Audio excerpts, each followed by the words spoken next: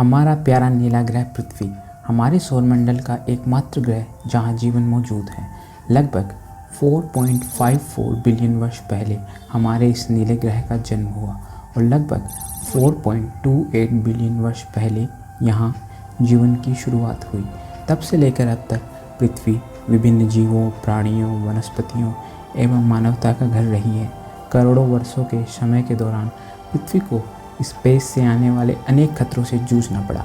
चिकशल्लू asteroid, जिसका diameter लगभग 11 kilometre से 81 किलोमीटर के बीच था, 20 किलोमीटर पर सेकंड की वेलोसिटी से जब हमारे इस नीले ग्रह पृथ्वी से टकराया तो इसने पृथ्वी पर मौजूद जीवों एवं वनस्पतियों की 3/4 प्रजातियों का सफाया कर दिया। इसी एस्ट्रॉयड के टकराने से पृथ्वी पर मौजूद डायनासोर्स की सभी प्रजातियां विलुप्त हो गई थी। मगर आज हम किसी एस्ट्रॉयड या कॉमेट की बात नहीं कर रहे हैं।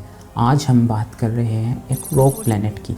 इमेजिन कीजिए कि ये रॉक प्लैनेट आउटर स्पेस से 11 किलोमीटर पर सेकंड की स्पीड से हमारे नीले ग्रह की ओर बढ़ रहा है।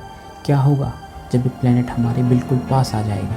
क्या होगा जब ये प्लैनेट चंद्रमा के ऑर्बिट में एंट्री करेगा? क्या होगा जब ये प्लैनेट पृथ्वी के एटमॉस्फेयर में एंटर करेगा? और तब क्या होगा जब ये प्लैनेट हमारे सरफेस से टकराएगा? क्या हम इस कोलिजन से होने वाले इम्पैक्ट से सर्वाइव कर पाएंगे? क्या मानवता अभी इतनी कैपेबल है कि वो ऐसे किसी खतरे का सामना कर सकती हैं? इन्हीं सभी सवालों का जवाब जानने के लिए चलिए शुरू करते हैं हमारा आज का एपिसोड। हम बात कर रहे हैं एक रॉक प्लैनेट की जो सीधा हमसे टकराने आ रहा है। रॉक प्लैनेट उन ग्रहों को कहते हैं जिनका कोई होस्ट स्टार नहीं होता। जिस प्रकार हमारी पृथ्वी का होस्ट स्टार सूर्य है, जिसके ग्रेविटेशनल फोर्स के कारण पृथ्वी इसके चक्कर लगाती है। किसी होस्ट स्टार के ना होने के कारण ये रॉक प्लैनेट्स हमारे ब्रह्मांड में फ्रीली इधर उधर घूमते रहते हैं। ये किसी तरह के प्रकाश का उत्सर्जन नहीं करते, जिस कारण इन्हें डिटेक्ट करना काफ़ी मुश्किल होता है।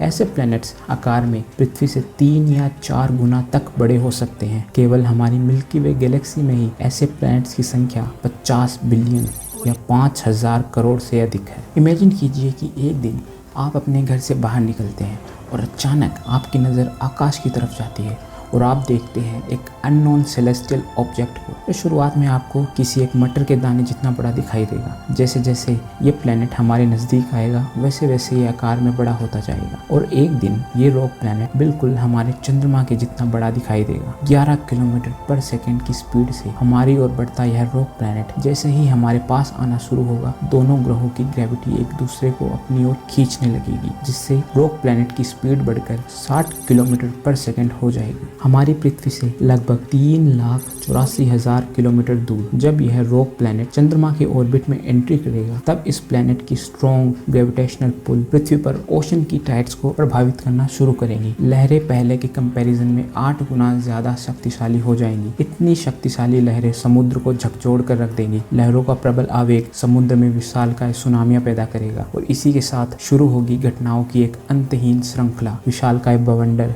चक्रवात और समुद्री तूफानों की। समुद्र तट के पास बसे शहर सबसे पहले इन डिजास्टर्स का शिकार होंगे। समुद्र तट से टकराती लहरें, बवंडर, चक्रवात और समुद्री तूफान पास बसे शहरों को पूरी तरह नष्ट कर देंगे। अगर आप ऐसे ही किसी एक शहर में रहते हैं तो शायद आप आगे क्या होगा ये देखने के लिए जिंदा भी ना बचे। दोनों प्लैनेट्स के कोलाइड करने से कुछ घंटे पहले इनके बीच की डिस्टेंस इतनी कम होगी कि इनके बीच की ग्रेविटेशनल पुल के कारण पृथ्वी पर जोरदार भूकंप आने लगेंगे, जिनकी तीव्रता इतनी अधिक होगी कि इन्हें रिक्टर स्केल पर मापा भी नहीं जा सकेगा। और इसी के साथ शुरू होगी एक सीरीज ज्वालामुखी विस्फोटों की। पृथ्वी के सभी स्थानों पर मौजूद ज्वालामुखी फटने लगेंगे। इनसे निकलने वाला लावा आसपास के इलाकों में पूरी तरह फैल जाएगा। ज्वालामुखी से निकलने वाला राख और धुएं का मिश्रण आकाश में दूर दूर तक फैल जाएगा, जिससे कि आसपास के इलाकों में रहने वाले लोग सांस भी नहीं ले पाएंगे। मगर जरा सोचिए, अभी रॉक प्लैनेट पृथ्वी के एटमॉस्फेयर में एंटर भी नहीं हुआ है और इतने सारे डिजास्टर्स पहले ही शुरू हो चुके हैं। अब जब रॉक प्लैनेट पृथ्वी को हिट करने से कुछ मिनट्स की दूरी पर है और आप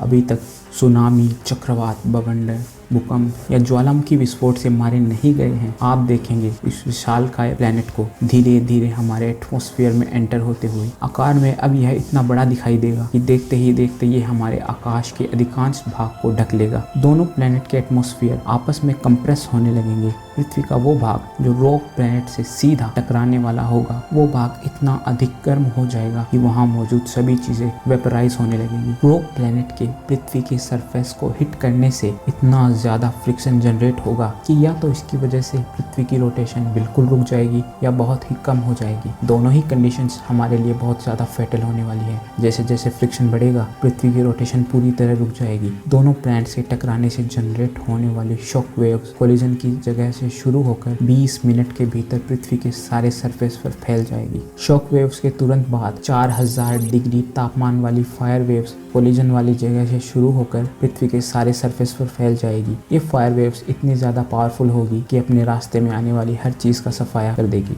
देखते ही देखते रॉक प्लैनेट पृथ्वी को निगलने लगेगा और दोनों एक दूसरे में मर्ज होने लगेंगे। पृथ्वी की कोर आयन निकल से बनी है, जिसकी रेडियस 1220 किलोमीटर और टेम्परेचर करीब 5200 डिग्री सेल्सियस है। इसी कोर के रोटेशन के कारण पृथ्वी के पास अपनी खुद की मैग्नेटिक फील्ड है, जो हमें स्पेस से आने वाले हार्मफुल रेडिएशन से बचाती है। टक्कर से होने वाले इम्पैक्ट के कारण पृथ्वी की कोर की स्पिनिंग पूरी तरह से या पार्शियली रुक जाएगी। पृथ्वी के इंटरनल डैमेज इसे अंदर से ही पिघलाना शुरू कर देगी। दोनों प्लैनेट्स के जो भी अवशेष बच जाएंगे, वे हमारे सूर्य के चारों तरफ एक नई एस्ट्रॉयड बेल्ट का निर्माण कर लेंगे। There will be no sign left of planet Earth। मानव सभ्यता की शुरुआत से लेकर अब तक इंसानों ने तकनीक के क्षेत्र में बहुत ज़्यादा तरक्की कर ली है, मगर अभी हम इतने कैपेबल नहीं हैं कि हमारे ग्रह को ऐसे किसी खतरे से बचा सके, और ना ही अभी हम इतने सक्षम हैं कि मानव सभ्यता को किसी दूसरे ग्रह पर बसा सके। हालांकि इसके लिए प्रयास जारी है, नए हैबिटेबल प्लैनेट्स की खोज जारी है जो मानव सभ्यता को बचा सके। सच में कितना डरावना है ये सब। किसी को पता भी नहीं चलेगा कि कभी पृथ्वी पर इतना विकसित जीवन मौजूद था, मगर अभी आपको फिक्र करने की जरूरत नहीं है। हमारे सोलर सिस्टम के निर्माण के शुरुआती समय में ऐसी घटनाएं काफी आम थी, मगर अब जब हमारा सोलर सिस्टम काफी स्टेबल है, ऐसी किसी घटना की चांसेस काफी कम है। मगर फिर भी हम ऐसे किसी इंसिडेंट के चांसेस को पूरी तरह नकार भी नहीं सकते। हम तो केवल प्रार्थना कर सकते हैं कि दूर ब्रह्मांड से ऐसा कोई सेलेस्टियल ऑब्जेक्ट हमारी ओर न बढ़ रहा हो। अगर आपको हमारा वीडियो अच्छा लगा तो हमें कमेंट सेक्शन में ज़रूर बताएं। प्लीज़ इस वीडियो को ज़्यादा से ज़्यादा लाइक करें, अपने दोस्तों के साथ शेयर करें। इसी के साथ हमारे YouTube channel life exploring beyond को सब्सक्राइब करें और बेल आइकन को भी दबाएं, ताकि आगे आने वाले ऑसम वीडियोज़ की नोटिफिकेशंस आपको मिल सके।